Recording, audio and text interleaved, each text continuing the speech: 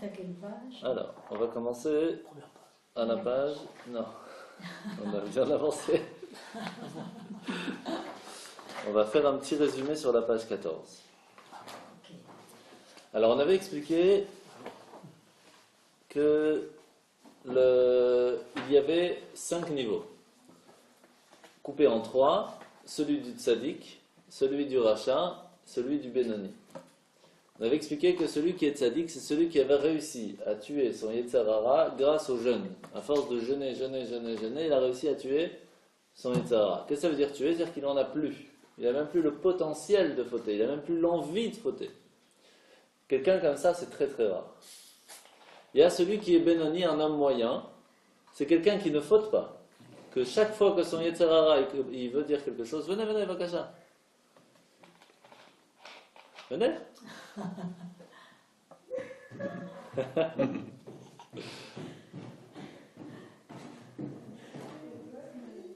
Venez, Vakasha, installez-vous. Vous n'êtes pas tout seul.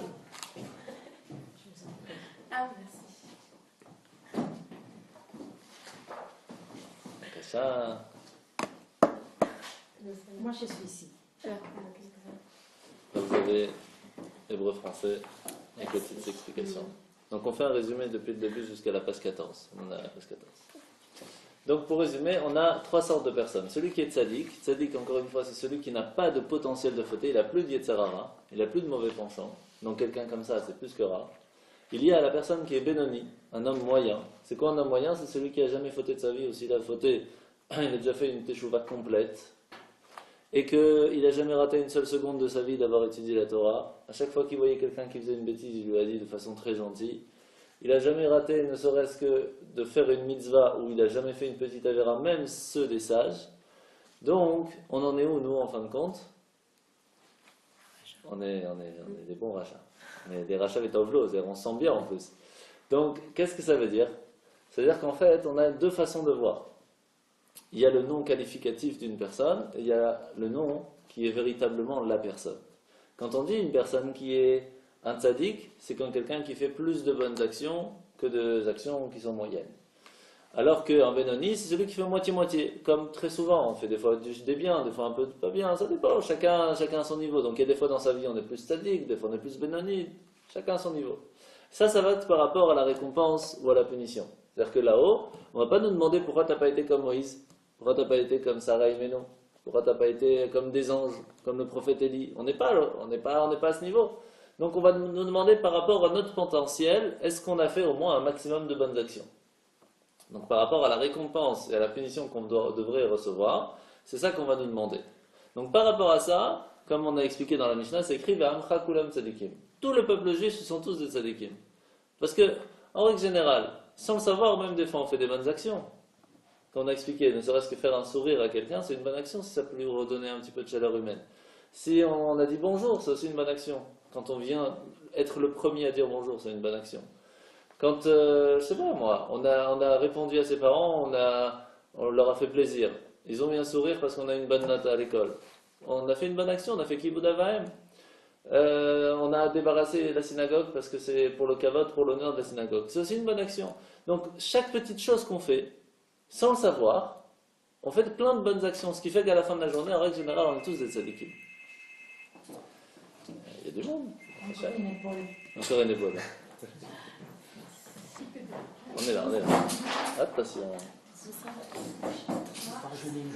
Non, juste embrasser, c'est beau. Voilà, magnifique. Oh, ma chaîne. Vous avez un fascicule? Oui, il y en a là, il y en a plusieurs là.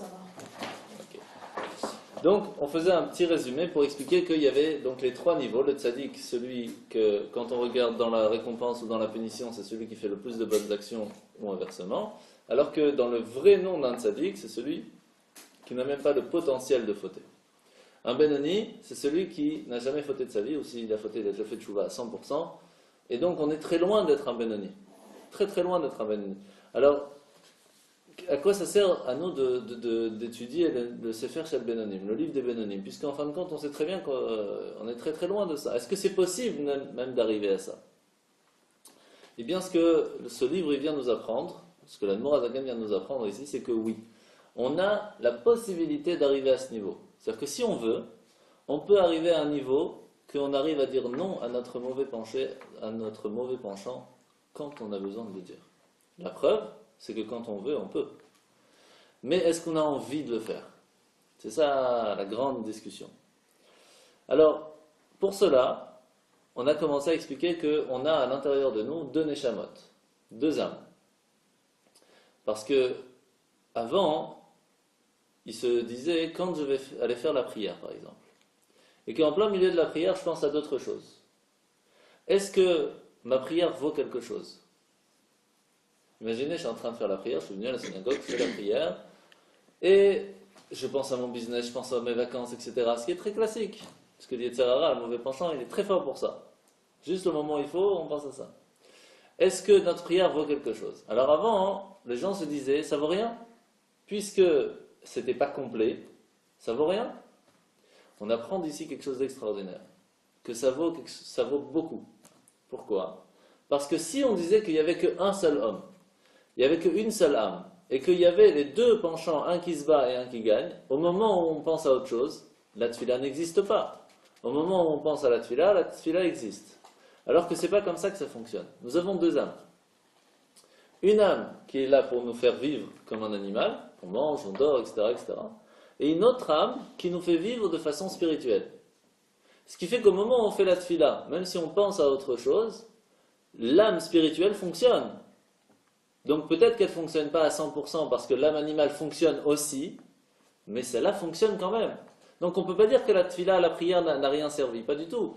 Elle a fonctionné, l'ampoule a brûlé, mais pas assez fort qu'on aurait voulu. Ce qui fait que déjà ça nous enlève un grand poids de se dire, à chaque fois qu'on fait une bonne action, c'est très hypocrite parce que je vais faire telle bonne action, mais juste après je vais faire plein de bêtises. Ça n'a rien à voir. C'est deux choses tout à fait différentes. Ça je vous l'ai déjà dit, quand on est là-haut, Hachem il a un livre où il écrit tout ce qu'on fait. Toutes les bonnes actions c'est avec un stylo indélébile, toutes les bêtises c'est avec un crayon papier. Et on peut toujours effacer. Ce qui fait que même si on a fait une bonne action qu'après on a fait une bêtise, c'est deux choses tout à fait différentes. Au moment où on fait une bonne action, on est un tzaddik. On a écrit avec le stylo indélébile, tu as utilisé ton âme spirituelle, tu as fait quelque chose de bien. Après on a fait une bêtise, c'est autre chose. Et donc déjà on apprend quelque chose d'extraordinaire ici, c'est qu'il ne faut pas se dire on va être triste tout le temps parce que tout ce qu'on fait c'est pas bien. Quand je fais la prière je pense à autre chose, même quand je la fais vite fait, j'ai mis les tefilines juste pour dire, j'ai allumé les bougies, c'est juste pour dire que j'ai allumé, encore je les ai allumées vite fait, j'ai même pas fait la bénédiction. Non, toutes les choses qu'on essaye de faire, on ne les fait pas non plus à 100%, on n'est pas parfait. Est-ce que ça veut dire qu'on a fait quelque chose ou on n'a pas fait quelque chose? Eh bien oui. Chaque petite action qu'on fait, c'est marqué qu'on a fait. Parce que l'âme spirituelle à ce moment-là s'est réveillée, a fonctionné, donc on a fait quelque chose. Alors que si on aurait pensé qu'on n'a qu'une seule âme, si cette âme-là n'a pas été utilisée comme il le faut, on n'aurait pas pu dire ça. Donc, c'est très important de savoir qu'on a deux âmes. Ce qu'on va essayer d'étudier ce soir, c'est l'âme animale. Premièrement, il faut savoir qu'on a deux âmes. Une âme qui est là pour nous faire vivre, une âme qui est là pour nous faire vivre spirituellement. Ok? Où se trouve l'âme? Dans le neshama. La neshama, c'est l'âme. Oui. Non, Dans notre corps, mais où dans le corps? sûrement quelque part dans la tête, Rachel. C'est une bonne question. Alors elle se trouve dans le sang. L'âme qui nous fait vivre se trouve dans le sang. C'est pour cela qu'il y avait beaucoup avant des personnes qui buvaient du sang, parce qu'ils se disaient ouais ça va donner plus de force, plus de vie, etc. Mais c'est une erreur, parce que quand l'âme elle part, le sang ne fonctionne pas. C'est quand quelqu'un il part de ce monde, c'est le même sang, il n'y a rien dedans. Mais l'âme spirituelle n'est pas dans le sang. Ça, c'est l'âme animale qui se trouve dans le sang, celle qui nous fait vivre. Comment on sait ça? Pardon? Non, alors, encore une fois, faut pas, c'est une bonne question. Dans l'âme animale, il y a 5 niveaux. Dans l'âme spirituelle, il y a 5 niveaux. Dans l'âme animale, il y a 3 niveaux qu'on utilise tout le temps, et la même chose dans l'âme spirituelle. Nefesh, Ruach, Neshama. L'action de l'âme, l'action de l'animal, manger, dormir, etc.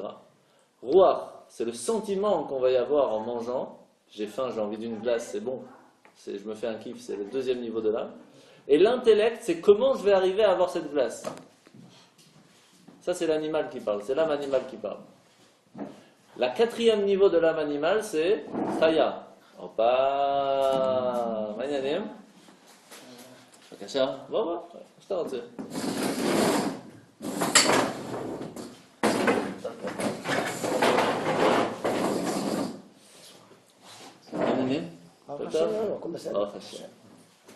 Donc, le quatrième niveau de l'âme animale, c'est Chaya, c'est quand on va faire quelque chose de-delà qui est pas compréhensible. Par exemple, il est 3 heures du matin, j'ai envie d'une glace, j'ai tellement envie que je peux aller faire 300 km en voiture pour l'avoir.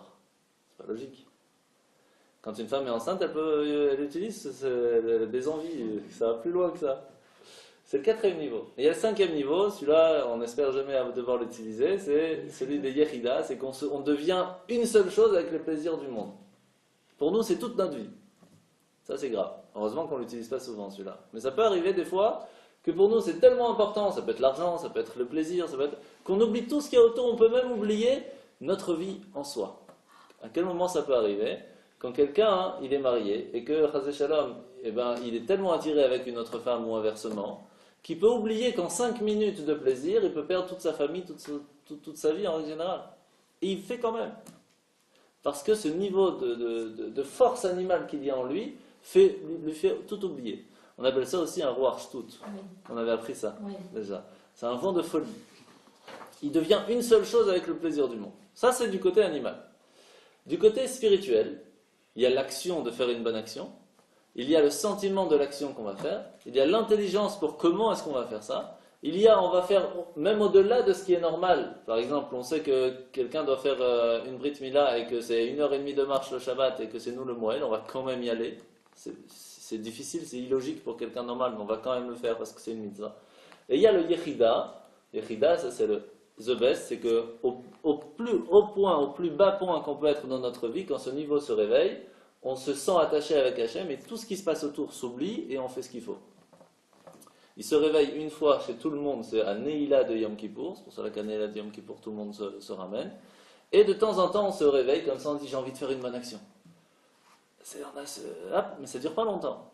Ça c'est le niveau d'Yechida, ça c'est pour résumer. Donc ça c'est le mot Neshama, quand on dit le mot Neshama c'est l'âme, c'est pas spécialement toute l'âme, ou c'est pas spécialement non plus que le niveau intellectuel de l'âme. On parle de l'âme en règle générale, donc il y a l'âme animale et il y a l'âme spirituelle. L'âme spirituelle, on va la mettre de côté pour l'instant. On va essayer de parler de l'âme animale. L'âme animale, c'est celle qui nous fait vivre, qui se trouve dans le sang. Pourquoi elle se trouve dans le sang? Parce que le sang va partout dans tout le corps, c'est ça qui nous fait vivre partout. La preuve, c'est que si le sang est arrêté à un moment, le membre ne peut plus vivre. Puisque l'âme qu'il y a à l'intérieur ne peut plus passer, donc ça ne fait pas vivre le corps. Mais si l'âme sort du sang, le sang peut tourner, mais ça ne va pas faire fonctionner les choses. S'il n'y a pas l'âme qui fait vivre. Dans l'âme qui fait vivre, il y a aussi 2 niveaux. C'est quoi les 2 niveaux? Celui qui va faire vivre la personne, la tête, le pied de la même façon, il y a une vitalité en soi. Et il y a aussi que le cerveau, l'œil, la bouche et les oreilles ne vont pas avoir la même sorte de vie. Parce que si c'est les oreilles qui voient, on est mal barré. Donc, il y a un niveau différent de détail qui va se mettre aussi à l'intérieur. Ça, c'est comment elle fonctionne. Cette âme animale-là, d'où elle vient? On avait expliqué déjà que les âmes viennent vous vous rappelez, il y a 4 grands mondes dans le ciel par lequel le monde d'ici a été créé.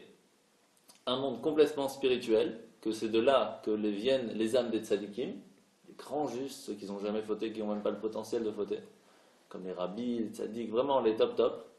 Nous, les autres personnes, on ne vient pas de là, on vient de Bria, du monde de la création. Ça veut dire qu'il y a majorité de spiritualité, mais il y a un petit peu de matérialité. C'est pour ça qu'on est quand même attiré à la matérialité. Alors que les tzadikim n'ont pas le potentiel, pour eux, c'est pas le plus important. C'est une autre sorte de vie. À ce moment-là, arrive la question. Cette âme-là, on l'appelle l'âme animale. Mais en fin de compte, ce n'est pas une âme animale, puisque c'est une âme qui nous fait vivre. Mais qui fait vivre qui? Parce que quand on va dormir, qui c'est qui se repose? C'est le corps ou c'est nous? C'est l'âme. C'est nous, c'est l'âme.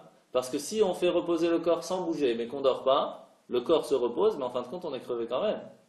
Donc, c'est qui se repose quand on va dormir? C'est nous. Nous, c'est qui? C'est l'âme, c'est pas le corps. Nous ne sommes pas le corps. On est à l'intérieur du corps. Donc, nous venons d'où? Nous sommes attachés à deux choses. Une qui va faire vivre le corps et qui doit être attachée à nous, qui est en fait l'âme spirituelle. Cette âme animale, qui est une partie de nous, vient de Dieu, obligatoirement, puisque c'est une âme, c'est une vie, c'est une lumière. Sauf que, comme elle est là pour faire vivre le corps, elle reste tout à fait klipa, qui veut dire pas bonne, animale, écorce. Sauf que dans une noix, quand on ouvre une noix, qu'est-ce qui est mangeable? Ce qui est à l'intérieur.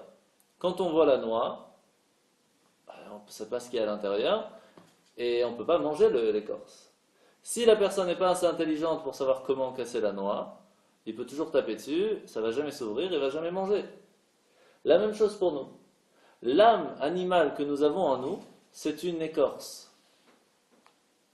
Cette écorce-là, cette âme-là, qui nous donne l'envie de manger, qui nous donne l'envie de dormir, qui nous donne l'envie de kiffer, de profiter, etc., c'est une écorce. L'écorce nous donne l'envie de profiter, de manger, etc. Mais est-ce que c'est mal de profiter? Est-ce que c'est mal de profiter de la vie? Pas du tout.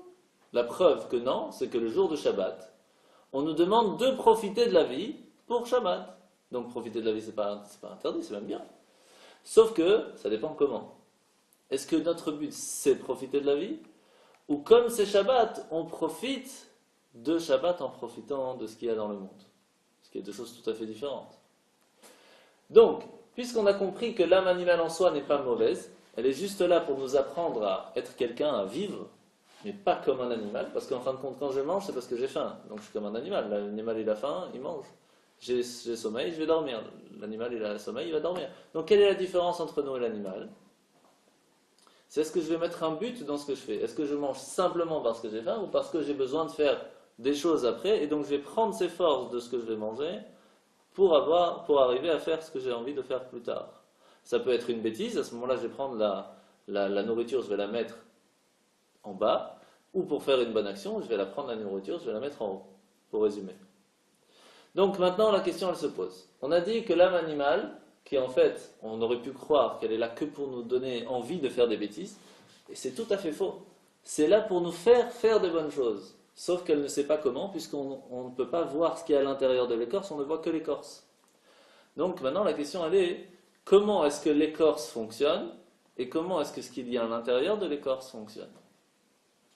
Ok? Vous comprenez la question? Ok.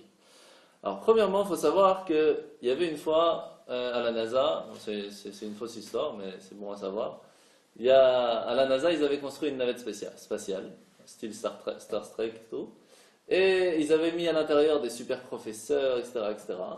Et ils ont dit, voilà, on a trouvé une planète habitable, mais c'est à 500 années-lumière, donc on va vous envoyer là-bas, dans 500 ans vous allez arriver.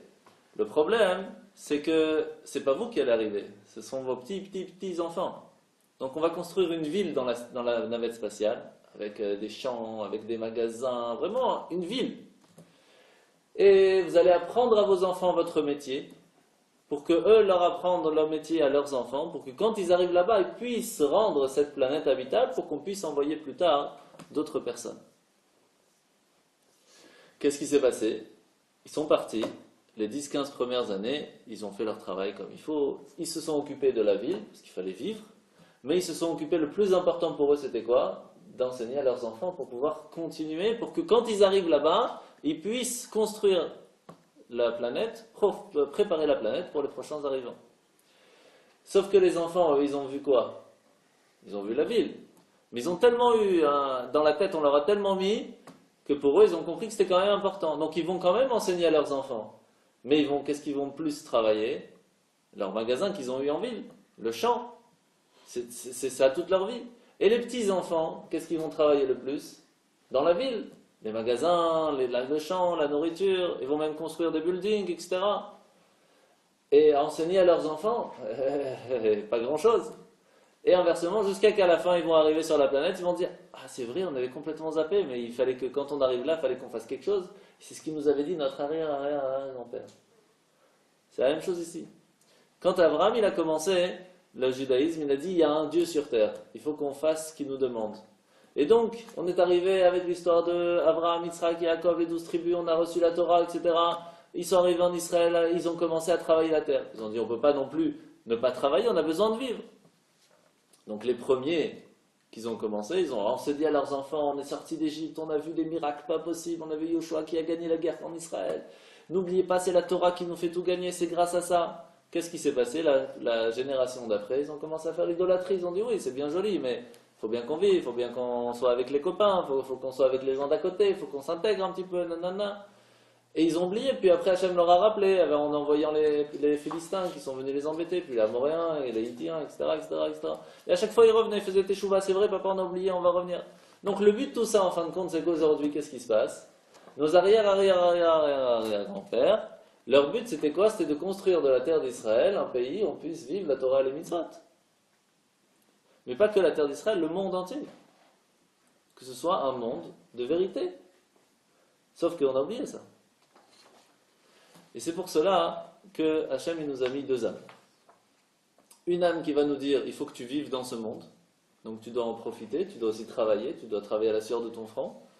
Tu dois ouvrir un magasin, tu dois travailler dans ce magasin, tu dois amener de la nourriture à la maison, etc., etc. De l'autre côté, tu as une âme spirituelle qui est là pour préparer le monde, pour que ton magasin soit sain, soit honnête, soit droit. Pour qu'il y ait toujours l'honnêteté, la droiture et la vérité dans ce monde. Malheureusement, quand on regarde les choses, qu'est-ce qu'on voit? On voit que c'est quoi qui fait tourner le monde? C'est l'argent, c'est les médias. Donc qu'est-ce qu'on va faire? On va travailler tout notre potentiel pour faire fonctionner toutes ces choses. Alors qu'on a oublié le plus important, c'est préparer le monde pour le prochain arrivant. C'est qui le prochain arrivant? C'est le monde futur. Quand Mashiach va arriver, ce sera pour nous, on va en profiter. Mais on va profiter de quoi s'il n'est pas prêt? Et c'est ça qu'on oublie. Donc l'écorce, elle n'est pas là pour nous embêter. C'est ça qu'ils ont cru au début les explorateurs quand ils sont arrivés devant la terre d'Israël. Ils ont dit, mais qu'est-ce qu'on va aller en Israël pour commencer à travailler la terre? On est bien dans le désert, on va étudier la Torah, on n'a rien besoin de faire. À cause de ça, qu'ils ont dit ça, qu'est-ce qui s'est passé? Jusqu'à aujourd'hui, tous les Tisha B'Av, on pleure. Donc on voit que le but, c'est pas que l'âme spirituelle, c'est pas que étudier la Torah. Le but, c'est l'âme animale, qui est là, qui nous donne l'envie de travailler, qui nous donne l'envie de manger, de dormir, de profiter de la vie, etc., qui est une écorce. Comme les papillons, ils se mettent dans un truc, et après quand ils sortent, c'est extraordinaire, c'est magnifique. Eh bien cette écorce-là, quand on a compris comment l'utiliser, comment la casser, à l'intérieur il y a un super papillon. Et c'est ça qu'on doit essayer de retrouver. Alors, quand est-ce que vient l'âme divine? Quand est-ce que vient l'âme spirituelle? Vous avez une idée? Difficile à dire, hein? L'âme normale, l'âme de vie, qu'on appelle aussi l'âme animale, elle vient au 40e jour de la conception. Parce qu'il faut que l'enfant vit. Il vit qu'à partir du 40e jour de la conception. À ce moment-là, il n'a que l'envie, vous voyez, des bébés, c'est manger, dormir, pipi, caca, manger, dormir, etc. Il n'y a pas de spiritualité tellement dedans. Nous, les parents, nous sommes leur spiritualité. C'est pour cela que jusqu'à 13 ans, et 12 ans pour des filles, le Yetzer Tov, l'âme spirituelle véritable de l'enfant, ce sont les parents. C'est pour cela que le rabbi avait toujours dit jusqu'à 4-5 ans, il faut faire très attention qu'ils ne voient pas d'animaux pas cachers, faire attention qu'ils soient vraiment dans un cocon de spiritualité, parce qu'ils n'ont pas ça. À quel moment ça rentre véritablement le premier niveau de l'âme spirituelle? Alors le premier niveau, il vient bien sûr, le tout premier pour dire qu'il est juif si la maman est juive. Ça, c'est déjà à l'intérieur. Mais quand est-ce que ça va commencer à se dévoiler véritablement? Au moment où il va recevoir un nom juif. À quel moment? C'est pour le garçon à 8 jours, quand on lui fait la Brit Mila. C'est pour cela qu'il faut que même si ça tombe Shabbat ou même si ça tombe Kippour, on fait quand même la Brit Mila le jour de Kippour. Si c'est le 8e jour, pourquoi? Parce que c'est tellement important de faire le dévoilement de son âme ce jour-là que ça repousse tout. Et la nomination pour une fille, c'est pour cela qu'on ne fait pas attendre la nomination, on fait le plus vite possible. On fait la nomination de la fille. La fois d'après, c'est au jour de la bar mitzvah ou de la bat mitzvah, où l'âme divine va se dévoiler encore plus fort, et à ce moment-là, elle devient responsable, parce qu'elle a une force autant que celle de l'âme animale, donc elle peut commencer à faire ses choix entre ce qui est bon et ce qui n'est pas bon, tout en restant que c'est le papa qui est derrière avec la maman aussi. Et à 20 ans, où il devient véritablement adulte, à ce moment-là, il y a encore un autre. Et au moment du mariage, là, elle se libère complètement. C'est vrai qu'à partir du mariage, à ce moment-là, on efface tout. Et on recommence à zéro, et à ce moment-là, l'homme et la femme construisent quelque chose de tout à fait nouveau, et tout ce qu'il y avait avant, tout est effacé. C'est le plus grand kippour qui peut exister chez la personne, c'est le jour du mariage. Pour cela qu'on a l'habitude de mettre le kittel, l'habit blanc, au moment du mariage. Pourquoi? Parce que on est comme des anges, on est sans aucune faute. Et c'est tellement fort que le premier kippour du mariage, le khatam ne met pas le kittel. Il a déjà mis au mariage. Il a fait un plus grand kippour que kippour. Il n'y a pas besoin de mettre le kittel. C'est que la deuxième année qu'il va mettre le kittel. Vous imaginez la force? Kittel, c'est l'habit blanc. De combien kippour? Alors le jour du mariage, on le met, et on le met pas le premier jour, le premier kippour après le mariage. Donc ça, c'est l'âme spirituelle. Et l'âme spirituelle, on va l'expliquer après les vacances, parce que c'est très très très difficile à savoir comment l'utiliser. Ce qu'on va essayer de voir maintenant, c'est est-ce que l'âme animale est bonne ou pas bonne. On a expliqué que c'est qu'une écorce, et qu'à l'intérieur de cette âme animale, il y a une lumière extraordinaire. Alors, que fait l'écorce? Que fait l'âme animale? Ok? Ça, c'était un petit résumé. On commence? C'est parti. Alors, ça, c'est ce qu'on avait vu la semaine dernière. J'étais Nefashot, on a fait un petit résumé. Voilà, on va commencer à la page 16. Alors.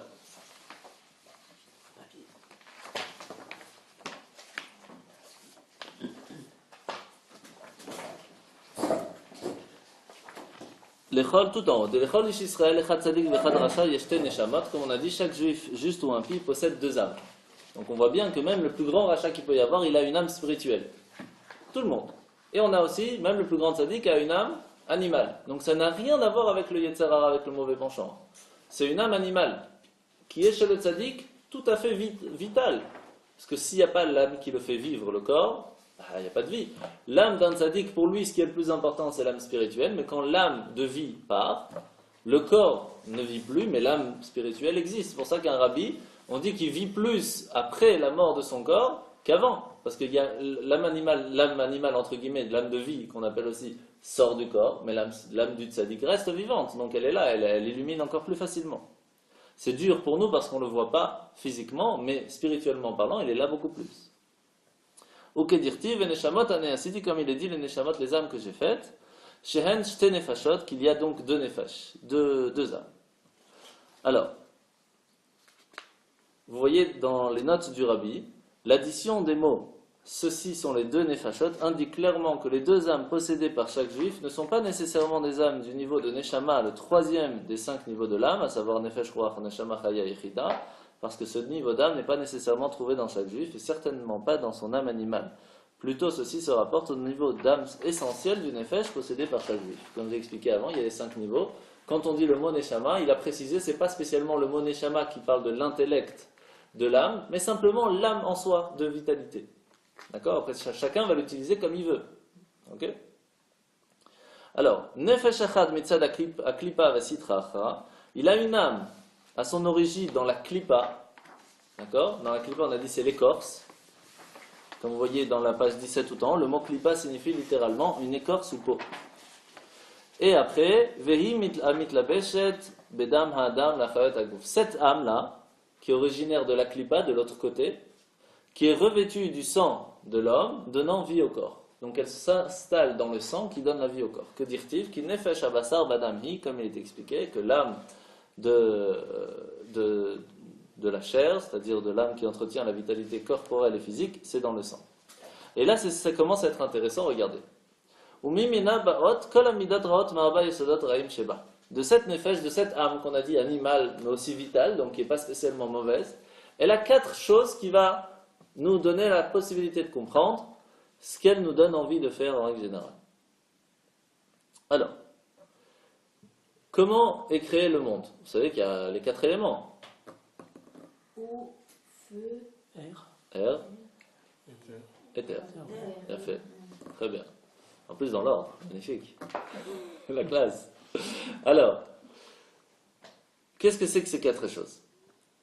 On a expliqué, pour l'instant, encore une fois, on ne va pas expliquer l'âme spirituelle, on va expliquer que l'âme animale. D'accord? Les 4 niveaux de l'âme spirituelle, qui ont les mêmes, vont être expliqués plus tard. Premièrement, il faut savoir que de la même façon qu'Hachem il a créé chaque chose dans le monde avec ces 4 choses, de la même façon, il a créé aussi sur 4 bases. On a les minéraux, les pierres, etc., les végétaux, les animaux et les humains. D'accord? Chacun a un niveau de force. C'est quoi cette force? C'est une lumière qui vient, qui le fait vivre. C'est la même qui est chez les minéraux qui est chez les humains. Sauf quoi? Comme le récipient est plus grand, automatiquement la lumière peut être plus grande. Mais c'est la même force divine.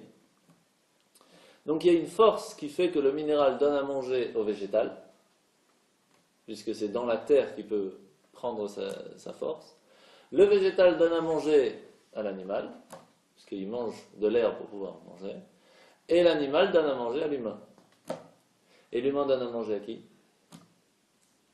Aux animaux. Si on se comporte comme des animaux, on donne à manger aux animaux. C'est-à-dire que les animaux nous feront peur si on se comporte comme eux. Mais comme vous voyez le prophète Daniel qui a été jeté dans la fosse aux lions, les lions sont assis à côté de lui, ils l'écoutaient faire le Teilim et étudier, etc. Donc pour eux, c'était pas compliqué. Par contre, pourquoi? Parce que lui, il donnait à manger à qui? Pas à son âme animale. Pour lui, tout ce qui était matériel, c'était secondaire. Ce qui était plus important pour lui, c'était son âme spirituelle. Et donc, il donnait à manger à Dieu, qui est le 5e niveau, 5e élément, le plus important. Qui est le but, pourquoi est-ce que Hachem il a créé le monde? Pour Dieu, pour que l'humain puisse servir Dieu. C'est pour cela que qu'est-ce qui va faire que l'homme peut utiliser plus son âme animale ou spirituelle? Qu'est-ce qui fait que l'homme peut arriver à tomber dans une erreur ou faire une bonne action? Eh bien, vous allez voir qu'il y a un chassid une fois qui est parti voir le rabbi Rachab, donc un des rabbis de Lubavitch, et il raconte qu'il lui a dit que Hachem, à la création du monde, il a créé tous les anges, et qu'à chaque ange, il leur a donné un nom par rapport à leur travail sur terre. Vous savez qu'un ange, il a un travail à faire, chaque fois, c'est une mission par une mission. Et il a dû créer l'ange de la mort. Alors comment est-ce qu'il l'a appelé? Malach Amavet, l'ange de la mort.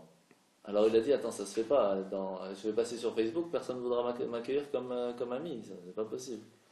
Donc il a dit, change-moi de nom. Alors, il a dit, attends, teste d'abord, si vraiment les gens ne t'aiment pas trop, reviens, on en discute. Il est parti, personne lui a tendu la main, ça c'est certain. Donc il a dit, tu sais quoi, je vais t'appeler Satan. Il a dit, on va tester. Il est revenu, ça a marché un petit moment, mais ça n'a pas marché longtemps. Alors après il est revenu, il a dit, bon maintenant je vais t'appeler Nefesh Abahamit. Âme animale. Pourquoi? Parce que l'âme animale, c'est ça, c'est elle qui peut faire tomber l'homme dans la mort, si on l'écoute trop. Après, il a dit, oui, mais la Kabbale vient expliquer que ça Nefesh Abahamit et tout, c'est pas bon. Les grands, ceux qui vont commencer à réfléchir, à étudier, ils vont me trouver aussi, ils vont voir que le Malach Hamavet, c'est la Nefesh Abahamit. Et puis c'est pas si compliqué, quand quelqu'un il se met trop dans le plaisir du monde, il se perd à l'intérieur en fin de compte. Il dit, tu sais quoi, je vais t'appeler Yetzerara, mauvais penchant. Ouais, ça c'est facile à comprendre. Bon, je vais être plus gentil, je vais leur faire que des petites bêtises, peut-être qu'ils vont pas tomber dans le piège tout de suite, mais en fin de compte le but va être que leur âme va tomber dans le piège et donc ils vont mourir. Donc ça va marcher. Mais au bout d'un moment les gens sont pas bêtes, enfin on espère. Ils ont compris que quand les Yetzerara il parle, ben en fin de compte c'est aussi l'ange de la mort qui parle, parce que lui il veut qu'on tombe. Et puis à la fin, il s'est dit, attends, ça va pas Yetzerara, les gens ils commencent à comprendre, ils comprennent qui je suis, même s'ils m'écoutent de temps en temps, mais ils comprennent qui je suis. Comment je peux faire pour passer inaperçu? Elle a dit, je vais t'appeler Yesh. Yesh. Moi, Annie. Je suis. Pourquoi? À quel moment une personne peut fauter? Au moment où il se sent quelqu'un. Par exemple, regardez, premier élément qu'il y a dans la création du monde, c'est le feu. Esh, qui est la création de l'homme et de la femme, puisque c'est Isha et Ish, avec le Yud et le He à l'intérieur. Esh, le feu. Qu'est-ce que fait le feu? L'orgueil et la colère. Elle se dit, moi je suis, donc je veux, si quelqu'un ne fait pas comme moi, alors je vais me mettre en colère parce que je ne suis pas content qu'il ne fasse pas comme moi. C'est à ce moment-là seulement qu'arrive le problème, que la personne peut se mettre en colère. Mais si quelqu'un sait se dire, ok, j'avais une idée, Mais pas tout le monde est obligé de faire comme moi. Et s'il n'a pas fait comme moi, que grand bien lui fasse. Qu'est-ce que je peux faire? Ça me change quelque chose à moi. C'est pas moi le centre du monde. Pourquoi je vais me mettre en colère parce qu'il n'a pas fait comme moi? C'est un choix qu'il a fait. C'est pas la fin du monde. Il n'a pas voulu, il n'a pas voulu. Ok. Pourquoi? Parce que le ani, je l'ai enlevé. Le moi, l'égoïsme, l'orgueil, je l'ai enlevé. Quel moment quelqu'un peut se sentir orgueilleux? Seulement s'il se dit « je suis grand », c'est « j'ai réussi »,« j'ai étudié »,« j'ai gagné ». Donc il y a le « j'ai », il y a le « yesh », il y a le « ani », c'est là qu'on tombe. Et donc le Malach HaMavet, l'ange de la mort, a son dernier nom, c'est « ani », « je suis ». Mais en fin de compte, la Chassidut vient nous l'apprendre.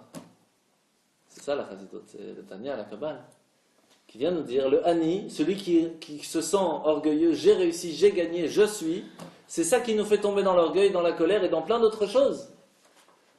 Parce que quand quelqu'un vous déçoit, pourquoi il vous a déçu? Parce que vous aviez une attente et vous n'avez pas reçu l'attente. Donc c'est pas à cause de lui, c'est parce que vous n'avez pas eu l'attente. Eh oui. Donc vous allez vous mettre en colère parce que vous n'êtes pas content. Donc tout arrive parce que celui qui comprend qu'il faut savoir que d'autres personnes ont des attentes et que les autres personnes sont différentes, et ça c'est le plus important dans le mariage, on sait très bien que l'homme et la femme sont différents, et que celui qui va se dire j'ai envie, c'est comme ça que je veux que la maison tourne, et c'est comme ça qu'il faut que ce soit, eh bien sûr qu'il va y avoir des colères dans des disputes, c'est normal, puisque j'ai décidé, je veux que... Quand on a compris que l'autre est différent, qu'il peut y avoir une différence, et que chacun est différent, automatiquement, on se dit, oh, tu ne veux pas, bon, Hachem. Il y a d'autres choses dans la vie qui sont beaucoup plus importantes, les disputes partent, ça coule comme de l'eau, il y a beaucoup moins de problèmes. Donc le Malach HaMavet, l'ange de la mort qui veut casser les couples, qui veut en faire des problèmes entre les amis, qui veut casser les business, qui veut tout casser, qui veut tout tuer, c'est Ani, c'est je. Et donc, même ça, l'ange de la mort, il a dit à Hachem, ça va pas, parce que la Chassidut, maintenant tu nous l'as dévoilé, on le sait maintenant. Alors il a dit, maintenant ton nom, ça va être Argashat Hayesh. Un sentiment de je. Sentiment que je suis. Parce que dire je suis, c'est sûr que c'est compréhensible aujourd'hui. Mais simplement sentir que c'est moi qui ai réussi, simplement ce sentiment, c'est déjà problématique. Et c'est très difficile de ne pas l'avoir, parce qu'on a besoin de ce sentiment aussi. Parce que si on n'a pas ce sentiment de temps en temps, on ne peut pas avancer. Donc réussir à doser ce sentiment, c'est une des choses les plus difficiles aujourd'hui. C'est un travail de notre génération. Parce que celui qui est un petit peu intelligent, qui se dit je comprends que les autres ne peuvent pas avoir comme moi, ça c'est un niveau que normalement tout le monde devrait pouvoir arriver aujourd'hui. Normalement en tout cas. C'est un travail qui est possible encore aujourd'hui. Le travail difficile qu'on a à faire aujourd'hui, qui peut nous amener à un niveau de Benoni, entre guillemets, qui peut nous arriver à un niveau de devenir quelqu'un de vraiment spécial, c'est celui qui arrive à que son sentiment d'avoir réussi à faire quelque chose n'est pas parce que j'ai réussi, mais parce qu'on m'a donné le potentiel et que si quelqu'un d'autre avait réussi ce même potentiel, il aurait sûrement fait beaucoup, beaucoup mieux que moi. Ça c'est déjà beaucoup moins évident. Mais c'est possible. Mais ça c'est le travail de notre génération. C'est un travail très difficile et très fin. Donc, qu'est-ce qu'on a expliqué en tout cas pour l'instant? Donc le premier c'est quoi? C'est le feu, l'orgueil et la colère. On va prendre la page juste à côté, la page 18. Ta'avat ta'anugim meyesod hamayim. Les plaisirs, l'appétit pour le plaisir, tous les plaisirs en règle générale, ça vient d'où? L'élément de l'eau. Pourquoi? Parce que l'eau permet la croissance de toutes les sortes de plaisirs. Comment est-ce qu'on mange? Parce que l'eau a fait pousser le blé, et donc on peut manger du pain. Comment est-ce que... Tout vient de l'eau. Même les glaces, il faut mettre de l'eau. Boire, c'est de soda, il y a 90% d'eau. Donc, tout c'est de l'eau. Mais, comment ça fonctionne dans le corps? On a un appareil digestif, il y en a un qui s'appelle le rein. Le rein, c'est celui qui va trier entre ce qui est bon et ce qui n'est pas bon. Dans la lumière divine, il y a aussi des anges que leur travail c'est d'être des reins. Ils vont trier dans la lumière divine ce qui est bon et ce qui n'est pas bon. Alors ce qui est bon, ils vont le mettre dans la Torah, dans les mitzvot, dans les bonnes choses, dans les synagogues, etc., etc. Toutes les choses qui sont, entre guillemets, un peu obsolètes, ça veut dire un petit peu les excréments, entre guillemets, de la lumière divine, je parle un peu vraiment très large, où est-ce qu'ils vont? Ils vont dans les plaisirs du monde. Tous les plaisirs qu'on peut avoir dans le monde sont en fait que du obsolète, la peau d'orange, si on veut, de la lumière divine. Donc, si je vous dis, vous avez le choix entre venir dans un restaurant où on vous sert de la peau d'orange à manger, juste à côté vous avez un restaurant où on vous donne des oranges à manger. C'est-à-dire qu'il y a quelqu'un au milieu qui coupe, il donne là et là et là et là. Où est-ce qu'on va les manger? Peau d'orange, c'est pas mal, hein? Les oranges. Les oranges quand même, ouais. C'est la même chose. Vous avez le choix. Comme il y a eu il y a quelques semaines, il y a eu vendredi soir un match des Diables contre le Diable Rouge de la Belgique contre je sais plus quoi. Ah oui. Et on m'a dit, est-ce que tu vas voir le match? Je dis, ce soir je dois choisir entre les Diables et Dieu. Eh oui, vendredi soir c'est Shabbat. C'est exactement ça. Il y a le plaisir d'aller voir le match et il y a le plaisir de faire Kiddush en famille. Alors là, il y avait une grande lumière divine qui est arrivée. L'ange, il a dit, ok, il y a un plaisir magnifique. Ça, c'est toute ta peau d'orange. On va le mettre dans le match. Et il y a toute la lumière divine magnifique. On va le mettre dans le Shabbat. Choisis, qu'est-ce que tu veux, qu'est-ce que tu préfères comme restaurant? Ou les oranges, ou la peau d'orange. C'est tout. Et la preuve que c'était vraiment de la peau d'orange moisie, parce qu'ils ont perdu en plus. Donc c'était moisie complète. Donc c'était pas du tout un plaisir. Donc ils se sont fait avoir. Donc, qui véritablement peut arriver à profiter, à se dire oui, je vais aller dans le restaurant d'à côté, c'est que Roarstut, encore une fois, c'est qu'un vent de folie, c'est pas possible. Si on sait que tous les plaisirs qu'il y a dans le monde, ce ne sont que des bêtises, c'est normal qu'on ne va pas le faire. Le problème, entre guillemets un problème, parce que c'est un peu normal, c'est logique, c'est quand même un plaisir d'avoir tous ces plaisirs qu'il y a dans le monde. Alors on va voir qu'il y a plusieurs sortes de plaisirs. Et ça, c'est ce qu'on va voir juste après. Regardez.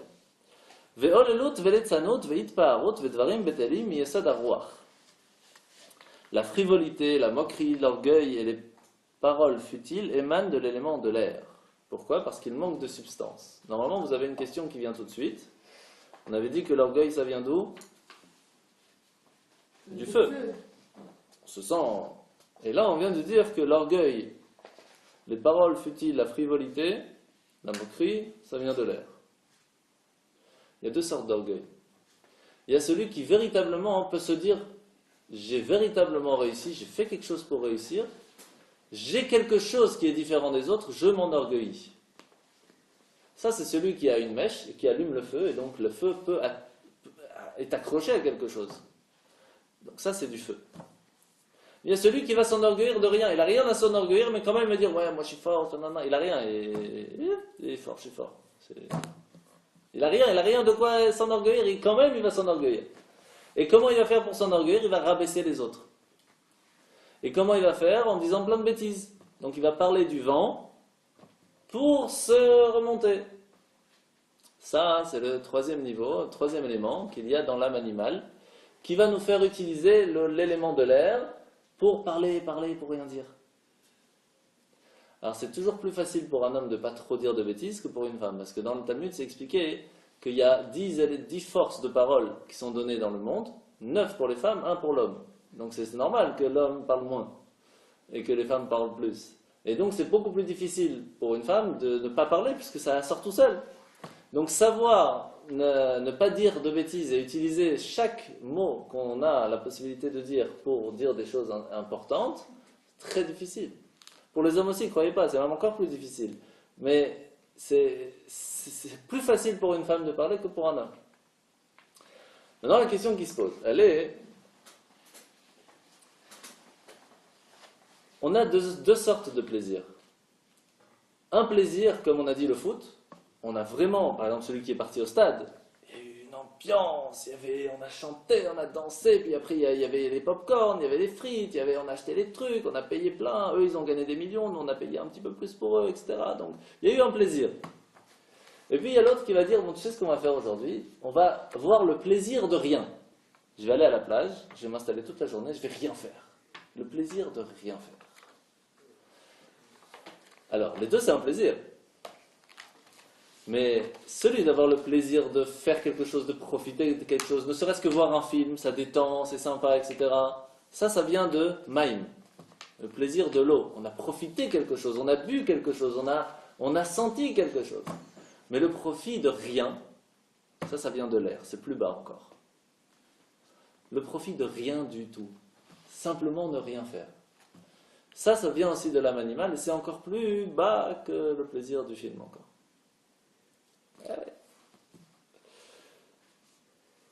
Vous inquiétez pas, on est tous passés par là. Tous les quatre, vous allez voir qu'on les a tous. C'est normal puisqu'on a cette âme, donc c'est pas la question. Mais savoir d'où ça vient, et comme ça c'est plus facile après à essayer de ne faire ou ne pas faire, ou moins faire en tout cas. Et le quatrième, c'est quoi d'après vous? C'est la terre. Alors regardez ce que c'est. Ve'atzlut ve'atzvut me'yesad ha'afar. La paresse, la mélancolie émanent de l'élément de la terre. Pourquoi? Regardez entre parenthèses, la terre est caractérisée par la lourdeur, un homme est accablé d'indolence et de mélancolie, ressent de même une lourdeur des membres.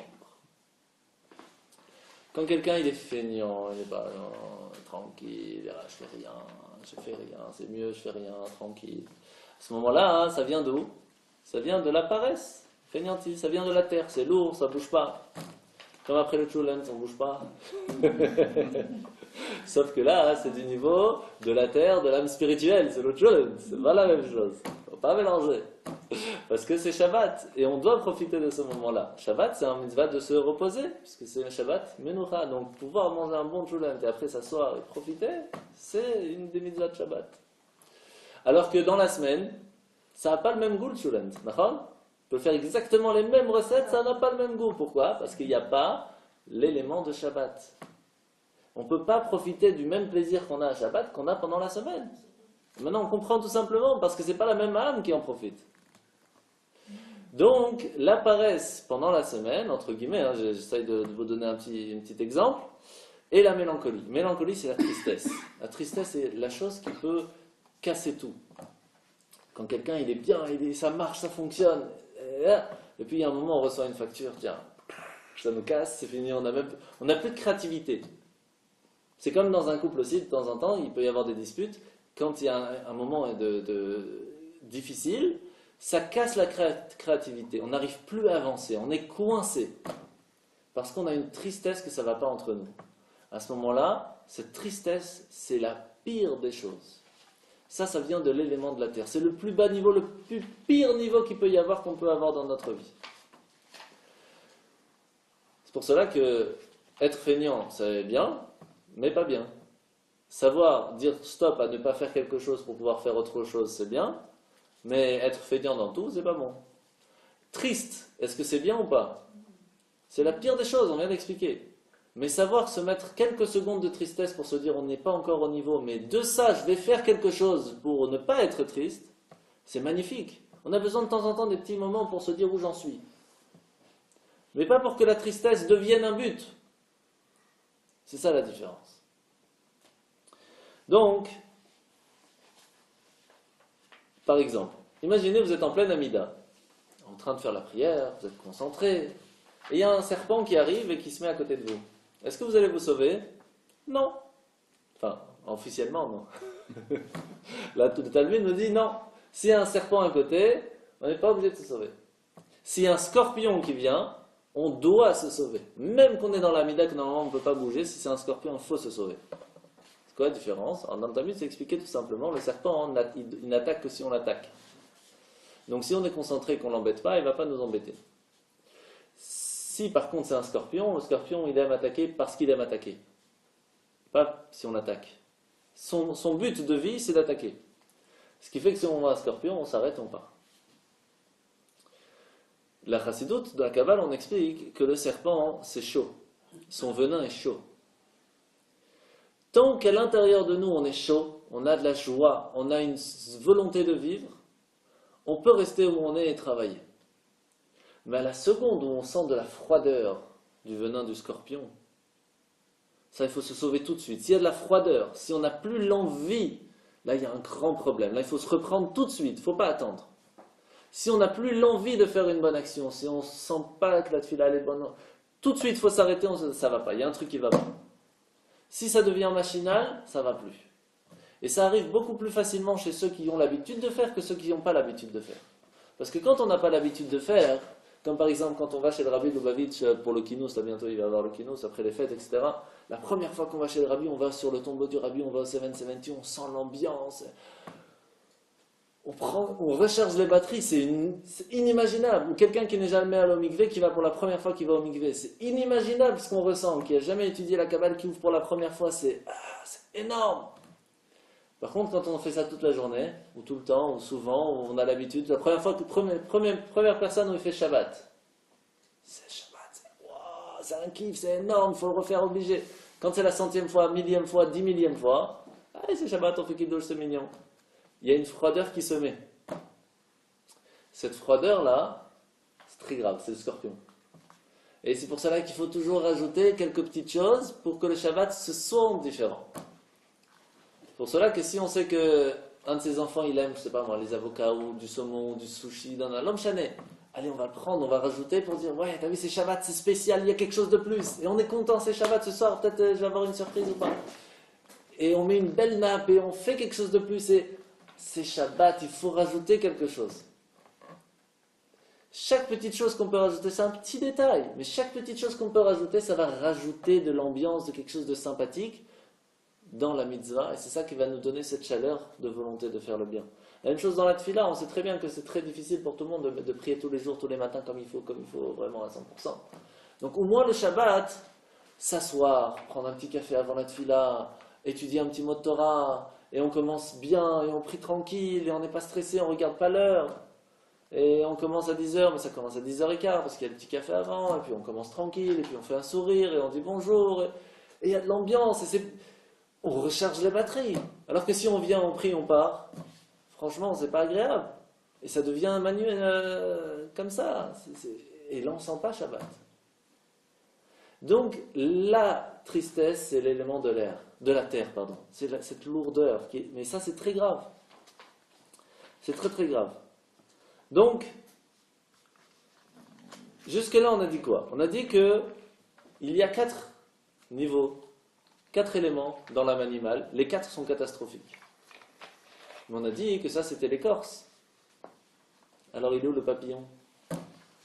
Quel est l'élément qui fait que dans l'âme animale, on a quelque chose d'extraordinaire qui nous donne envie de se battre contre ces 4 éléments pour casser l'écorce et avoir le 5e élément?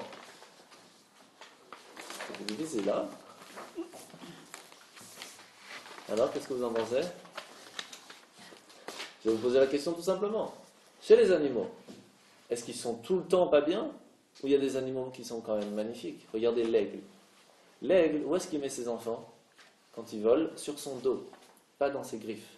Pourquoi? Parce que s'il reçoit une flèche, c'est qui meurt? C'est lui et pas son enfant. C'est pour cela que... Pardon? C'est quoi ça, mec? L'aigle, un échec. Ah, aigle. Ah, ok.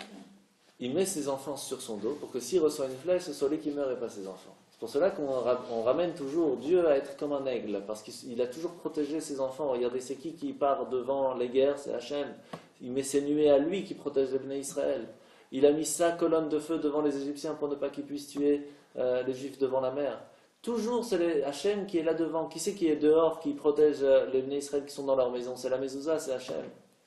C'est Hachem qui est comme l'aigle, qui protège, qui préfère prendre lui la flèche pour ne pas que ses enfants soient tués. Donc, dans l'animal, dans l'âme animale, il y a des choses magnifiques. Puisque dans l'animal, il y a des choses magnifiques. Vous savez qu'on peut apprendre des tonnes de choses des animaux. Les chats sont propres, les fourmis ont la force de pouvoir porter même 10 je ne sais plus combien de fois leur poids pour pouvoir faire une communauté. Donc vous voyez qu'on peut apprendre des choses extraordinaires. Même Shlomo Amelech, le roi Salomon, a appris d'une fourmi la modestie. Pour vous dire. Donc on peut... Alors comment c'est possible que dans cette âme animale, quand on le regarde comme si on dit l'âme animale, ouais, on veut profiter d'un verre, les chèvres. Et pourtant, il y a une étincelle divine à l'intérieur qui est extraordinaire. Eh bien, dans l'homme, vous savez qu'on a déjà expliqué que l'homme a plusieurs noms. On va en parler que d'un ce soir, celui du Gever. L'homme, Gever. Gever, c'est 3 lettres. Gimel, Gmilut Rasadim. Donner au-delà de la bonté, parce que si c'est tzedaka, c'est pas la bonté, c'est la justice. Tant que c'est jusqu'à 10% de ce qu'on gagne, on l'a donné à la tzedaka, quelqu'un qui est pauvre, c'est de la justice, c'est pas encore notre argent. Gmilut Rasadim, c'est donner au-delà de ces 10%.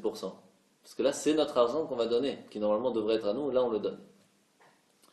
Il y a le bet, c'est Baishanim, c'est, comment on dit Baishan, pas honteux, timide, ouais, timide. Oui. Et le Reish, c'est Rachmanim. Rachman qui veut dire miséricordieux.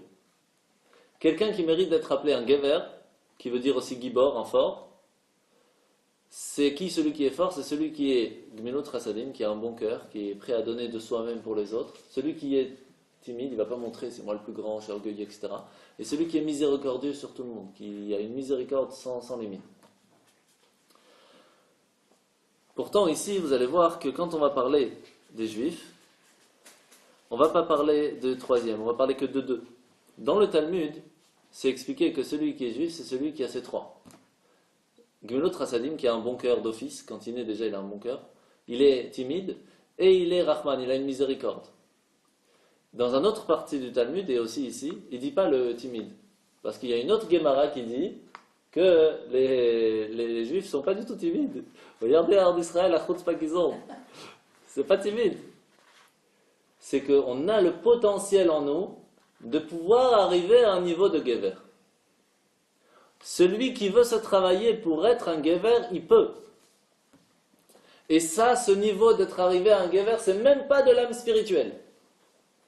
Parce qu'on peut arriver, comme un animal, à être Gmilut Rasadim. Vous savez que tous les animaux cachers sont tous gentils. Une fois, on a posé la question pourquoi est-ce que la cigogne, je crois, ou l'autruche, je ne sais plus, une des deux, elle n'était pas cachère. Pourquoi? Alors qu'elle donne aussi à ses enfants. Je ne sais plus quel animal exactement. Il dit oui, mais elle donne à ses enfants à manger, mais pas à ses congénères.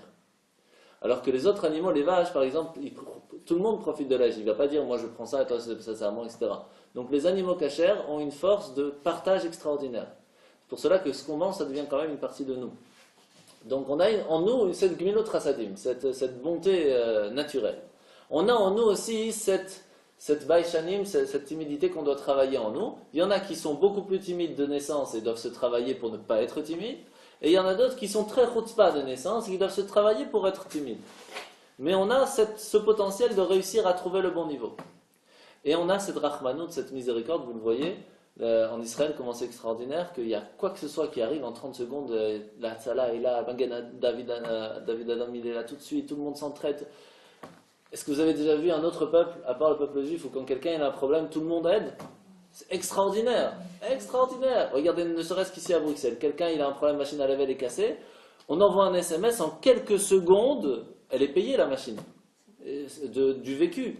Il y a un mariage qui se fait, on en a parlé très rapidement Shabbat matin, on a réussi à ramasser grâce à Dieu une très belle somme pour que ce mariage puisse se faire. Donc c'est quelque chose qui est extraordinaire. Donc ça, c'est ce qu'il y a, et c'est même pas dans l'âme spirituelle, puisque ça peut être aussi chez les animaux. Donc l'étincelle divine qu'il y a à l'intérieur de l'âme animale, qui est à l'intérieur de l'écorce, peut se montrer de cette façon. Alors ça vaut le coup de la travailler, cette âme animale, ou pas? Bien sûr que si. Et c'est pour cela que quand les explorateurs sont arrivés, qu'ils ont dit en Israël, on veut pas travailler cette écorce, qu'est-ce qu'on va se prendre la tête, c'est super dangereux, regardez, il y avait des gens extraordinaires qui sont allés là-bas en Israël, ils sont tombés, ils ont fait plein de bêtises, parce que l'écorce est très dangereuse. Les 4 éléments qui sont à l'intérieur, l'orgueil, la paresse, etc., comme on a expliqué, c'est très classique, on les a tous. Est-ce que ça vaut le coup de tomber là-dedans? Tout ça pour réussir à trouver la pierre précieuse qui est liée à l'intérieur. Eh bien, oui. Et pourtant, quand on pose la... Bon, ça, je ne vais pas vous donner la réponse, mais c'est pas grave. Dans la Gemara, il y a une question qui s'est posée. Est-ce que ça vaut le coup de vivre ou pas? Est-ce que ça vaut le coup que l'âme descende dans le corps? Vous savez c'est quoi la réponse? Non. Ça vaut pas le coup. Parce qu'elle vient d'un endroit tellement beau, tellement spirituel à côté d'Hachem, et qu'elle va arriver ici, qu'elle va tomber. Alors c'est sûr que le but est qu'elle va réussir à monter plus haut. Parce que quand elle est là-haut, elle est à côté de la lumière, c'est normal qu'elle fasse la lumière, donc elle ne va pas gagner des points. En descendant ici, elle peut gagner des points pour monter plus haut. Mais est-ce que ça vaut le coup en fin de compte avec tout ce qu'on voit aujourd'hui? La réponse est non. Mais qu'est-ce qu'elle rajoute la Gemara? Maintenant qu'on est là, il faut en profiter, il faut faire un maximum. Et c'est pour cela qu'on nous rappelle que être un véritable Benoni, on est loin, très loin. Mais on a un potentiel d'être un Gever. Et ça, c'est sans utiliser son âme spirituelle. Vous imaginez? Pour cela, vous pouvez voir qu'il y a des gens, juifs ou non juifs, qui ont la même âme, une âme de vie, une âme bahamite, une âme animale qui nous donne envie de manger, etc. Et qui sont quand même très gentils, qui ont envie de donner, qui s'entraident, etc. Est-ce qu'il y a quand même une différence? C'est ce que le Tanya va nous apprendre. Il y a quand même dans ces âmes animales des différences. Il y a des âmes animales qui viennent de Shalosh Klipot Atmeot. Ça veut dire qu'ils sont tout à fait impurs. Mais même dans l'impureté la plus basse, il y a quand même une étincelle divine qui l'a fait vivre. Donc même dans ça, celui qui va être éduqué à faire le bien peut réussir à le faire. Et il y a des âmes qui sont de Klipat Noga, comme les Gertzedek, que ce soit des juifs, que ce soit des gens qui sont convertis, ou même des gens qui ne sont pas convertis, mais qui ont un cœur vraiment d'or. On le sent. Eh bien, on appelle ça en hébreu des Yechidei Sgula. Des gens bien spécifiques ont été choisis, qui sont là pour aider le monde à être meilleur dans le monde. Ces gens-là ont une âme qui vient de Klipat Noga. Comme on a expliqué, c'est une écorce. Cette écorce, à l'intérieur de cette écorce, il y a qu'on appelle ça, une pierre précieuse, un papillon, quelque chose d'extraordinaire, une lumière magnifique. Et si on travaille, si on casse cette écorce et on réussit à ne pas faire ces 4 éléments qui font que l'écorce existe, on peut réussir à utiliser cette magnifique lumière qui est liée à l'intérieur. Malheureusement, cette écorce, c'est pas une écorce comme on peut dire de la noix. Parce que la noix, quand c'est cassé, on ne peut pas la remettre. Ici, c'est une écorce qui est très malléable. Donc on peut de temps en temps l'ouvrir, parce qu'on a réussi à la casser, et si on retombe dans le piège, on peut la refermer. Donc on peut de temps en temps utiliser la lumière qui est à l'intérieur, et ça va repousser même, et ça va nous aider à ne pas utiliser l'écorce, et de temps en temps, elle va revenir, elle va se refermer. Donc il ne faut pas se battre contre l'âme animale, il faut faire travailler l'âme animale pour la bonté, pour la beauté. Et c'est ça qu'on finit en fin de compte. כדאיתה בגמרא לפסוק וחסד לאומים חטאת שכל צדקה וחסד שאומות העולם עושים אינה אלא להתייער, que très souvent, malheureusement, on peut voir que quand quelqu'un qui n'a pas cette âme animale de Klipat Noga, ça veut dire qu'elle vient d'une âme tout à fait impure, chaque fois qu'elle va faire quelque chose de bien, elle va le faire pourquoi? Juste pour montrer j'ai fait, ou même pour soi-même, ça veut dire je vais montrer à tout le monde que j'ai fait, ou alors je ne me sens pas bien que lui il n'a pas et moi j'ai, alors je vais lui donner quand même. Eh bien sachez que même tout cela, c'est pas encore l'âme spirituelle. C'est-à-dire d'un côté on doit se dire on a quand même quelque chose d'extraordinaire parce que même notre âme animale est magnifique. Mais de l'autre côté, même celui qui a réussi à se travailler, à faire une belle tzedaka, à toujours avoir le cœur d'or, etc., sachez que c'est même pas sûr que vous avez encore utilisé votre âme spirituelle. C'est dur, hein? C'est très dur, hein? Parce que très souvent, on essaye toujours d'être gentil, d'être rahman, d'être miséricordieux, on donne la tzedaka, on s'entraide, même le moral, on s'arrête 2 minutes chez quelqu'un, on va lui faire un sourire, etc. Même ça, c'est pas encore sûr que vous avez utilisé votre âme spirituelle. C'est peut-être sûr que vous avez réussi à trouver, et ça c'est encore plus difficile, parce que c'est facile d'utiliser la lumière et de mettre la lumière partout, mais réussir à casser l'obscurité, à prendre la lumière qu'il y a dans l'âme animale, c'est très difficile. Donc réussir à faire ça, c'est un travail énorme. Mais ça se peut que c'est que ça qu'on a réussi à faire encore. Vous imaginez? Donc ça vous donne une idée pour l'instant de comment est-ce qu'est la vie chez nous en règle générale. On a une vie qui nous demande de manger, de dormir, de vivre, etc. Tout cela c'est bien beau. On peut le faire chaque jour, chaque instant, sans penser même qu'on a un but dans notre vie. Quand on se rend compte qu'on a un but dans notre vie, alors il y a un âge où on commence à se poser des questions, pourquoi je suis là, qu'est-ce que je vais faire dans ma vie, pourquoi je suis là, etc., etc. À ce moment-là, on va commencer à réfléchir, qu'est-ce que je veux véritablement dans ma vie. Et puis il y a un moment où on se dit, voilà, j'ai fait ma vie. Est-ce que j'ai réussi ma vie? Est-ce qu'il y a quelque chose dans ma vie qui m'a dit, j'ai fait quelque chose, j'ai marqué quelque chose, je peux dire à mes enfants, regarde, c'est ça que j'ai fait. On va se rappeler de moi. Parce que vous savez, quand on part dans ce monde, en fin de compte, on va pas dire, au moment de l'enterrement, on va pas dire, ouais, vous savez, lui c'était un globe-trotteur, il a fait le tour du monde. C'est pas ça qu'on va parler, on va dire il était gentil, il a passé des bons messages à ses enfants. C'est ça qu'on va parler de la personne. Parce que c'est ça qu'on va se rappeler de la personne. Alors il faut se poser la question, qu'est-ce qu'on va se rappeler de moi? Alors pour l'instant, encore une fois, on ne parle que de l'âme animale. Hein.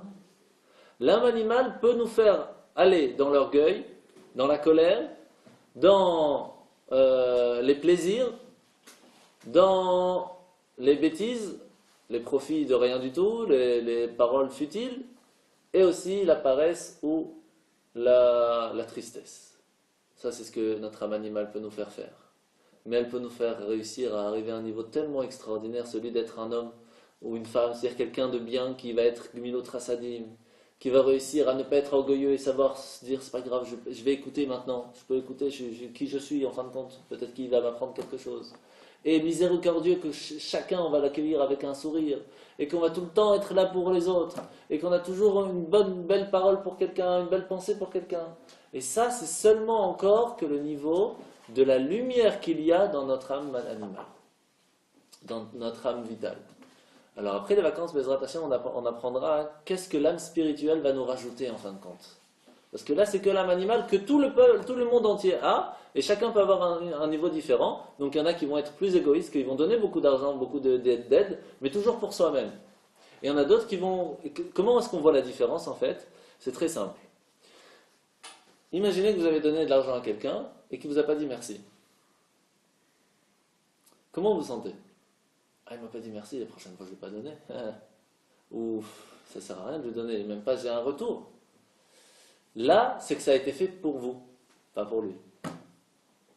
Et ça, c'est ce qui fait la différence entre une âme qui vient de Klipat Noga ou une âme qui vient de l'impureté complète. Mais même quelqu'un qui a une âme de Klipat Noga peut utiliser l'écorce tellement à fond qu'il va utiliser ce niveau-là. Et inversement, quelqu'un qui a une âme tout à fait impure peut utiliser le toute petite étincelle divine qu'il a à l'intérieur de lui pour casser cette impureté, pour réussir à sortir de là. Donc, on voit que c'est pas l'âme seulement qui fait la différence, mais c'est comment on l'utilise. C'est ça qui fait la différence. Et des fois, on peut se dire, cette personne est tellement gentille et tout, mais ça se peut que c'est que l'âme animale encore. Et qu'est-ce qui va faire la différence entre l'âme spirituelle? Ce sera après les vacances, Bezrat Hashem. Ça marche? Merci. Chaim. Merci.